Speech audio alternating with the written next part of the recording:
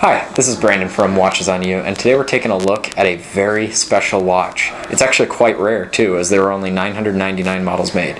This is the Jaeger-LeCoultre Amvox 2. Now, this watch was produced, and all the Amvox watches were produced in a collaboration with Aston Martin.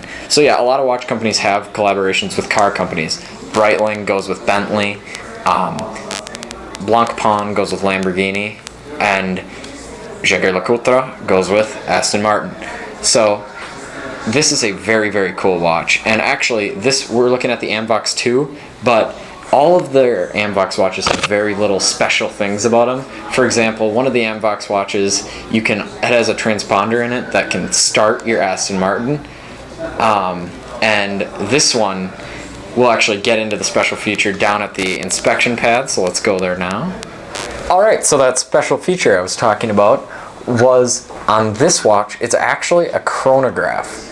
And what you can do is press down on the glass itself to start the chronograph. And that kind of works based on, there's this little frame that kind of connects to the strap, and then there's a little frame that connects to the strap, and then the whole movement is mounted on another little substructure, metal substructure.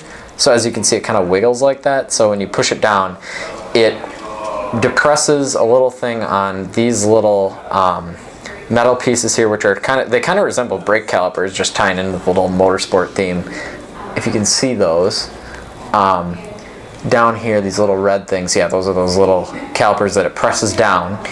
And then to reset, so to start it, we just pressed on the top, and then that's how you stop it too. And then to reset, you press here on the bottom. Oh, hold on. Oh, actually, here we go. All right, so to reset, you press down on the bottom. Now on the side of this watch, which you just saw me kind of manipulate there, it has a little selector that lets you choose whether you want to be able to start the chronograph. So basically, you get to choose whether your watch is a little shaky or not, just based on that substructure, the whole thing. So in the middle, everything's unlocked, which is what you saw me switch it to. So that way you can reset and stop and start. And then if you press it towards the top, everything locks, so it doesn't really wiggle as much. You can kind of see that here. And then all the way on the bottom, it just lets you start and stop it without resetting. So if you're like in a race, again for motorsports, you're not going to want to reset it unless you're done with the race. So just in case you're like being knocked around or whatever, you can't reset it when this is pressed all the way down to the bottom. So moving into the more technical aspects of this watch, it comes on a 44mm titanium case, so it's very light. Again, ties into that motorsport theme. Lightness is key. And actually, Aston Martin uses a lot of titanium in their interiors as well, so that kind of ties into that whole deal. So it's got a depth rating of 30 meters, which, I mean, this isn't really a dive watch, so I wouldn't say that's too big of a deal. And it's not really a sporty watch, I would say. As in, like, you're not going to knock it around a lot. This is kind of more for formal occasions. I think Tony Stark wore it to, like, an awards ceremony for Iron Man, and he actually wears it in the film, so that's another cool little aspect.